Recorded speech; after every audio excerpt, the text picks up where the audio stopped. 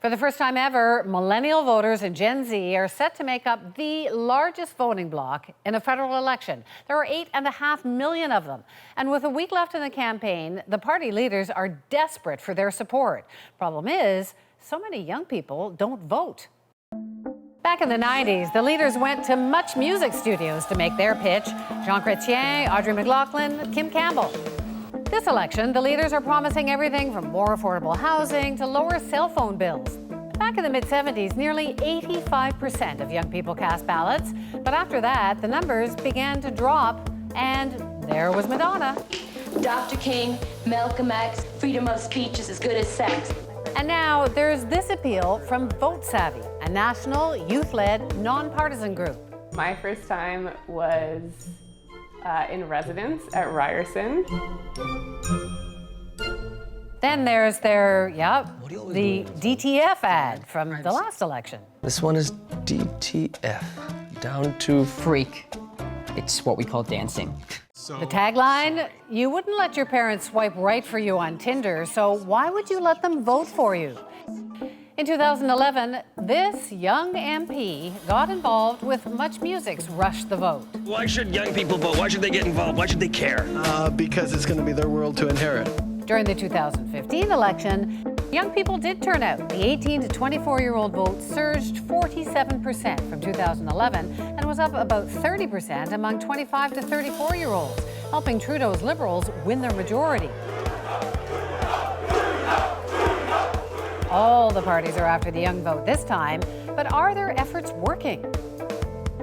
Joining me now to talk about this is Tyler Valaket. He's trying to get that vote out. He's with Future Majority. That's an organization funded by some of the country's biggest environmental groups.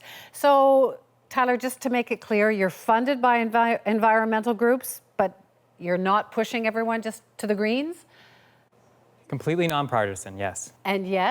And yet, climate change is at the top of, I think, young Canadians' minds when they're going to the voting box, to the ballot box this election. And yet we've seen, maybe the last election was a bit of a blip, but traditionally young people don't vote very much. And yet, you know, we saw in that climate march, we saw 500,000 people, a lot of them young people, out voting. Why is it not so easy to translate that into voting? I think there's a lack of trust in politicians. I think there's a disconnect from young Canadians to our political system. But the message that we have as Future Majority is that young Canadians have power this election.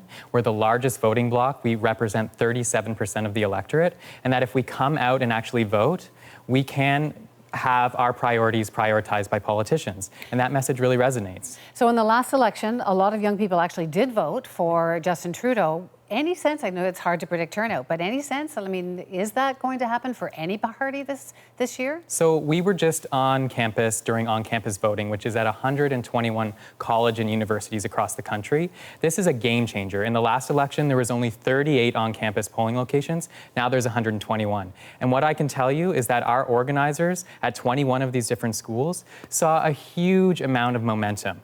Young Canadians were going to the polls waiting upwards of an hour to vote. There was huge lines. I was in Peterborough yesterday, and I can tell you there was a line the entire day. So that's good news, That's isn't it? Great news, yeah. We walked one-fifth of the students to vote. You're saying that you didn't see much of the politicians, though, at the universities? No, I think it was a huge missed opportunity. Like I said, 121 locations across the country, students were able to vote for the last 5 days from October 5th to October 9th. And we didn't see any politicians leading up to those dates. We didn't see people going on to campuses. But they can't be everywhere, right? No. I mean, that's 4 years of somebody's life as a young voter. Yep. They can't be at everybody's door at every single university? No, but they could have put some effort into coming to campuses and talking to young Canadians before they casted their ballots. And they didn't. And I think that's a huge missed opportunity. We've seen in the past people have complained that they're just not speaking to us. So how do you speak to young people other than telling them, hey, you can make a difference? You have to come and have face-to-face conversations with young Canadians. You have to come and actually listen to their concerns. And if you do that, I think you'll be able to gain some trust with our demographic and actually be able to capture the vote.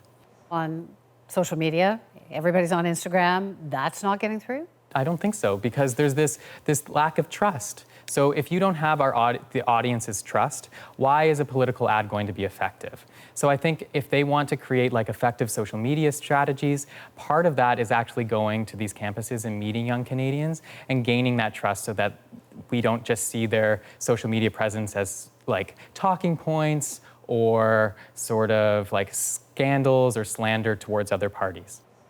Elections Canada had this influencer program where they had people like Lily Singh who were saying, come on, young people, vote, but it was shut down, accused of being somehow too partisan. Yeah. Would that sort of thing have made a difference? I think young Canadians would have loved seeing Lily Singh or these other people who have sort of like this huge following online talking about the importance of voting. They wouldn't be talking about a political candidate. They would be talking about sort of democratic engagement and the importance of participating in our election, and it would make it seem a little cool. And I think I don't see how it could possibly have hurt.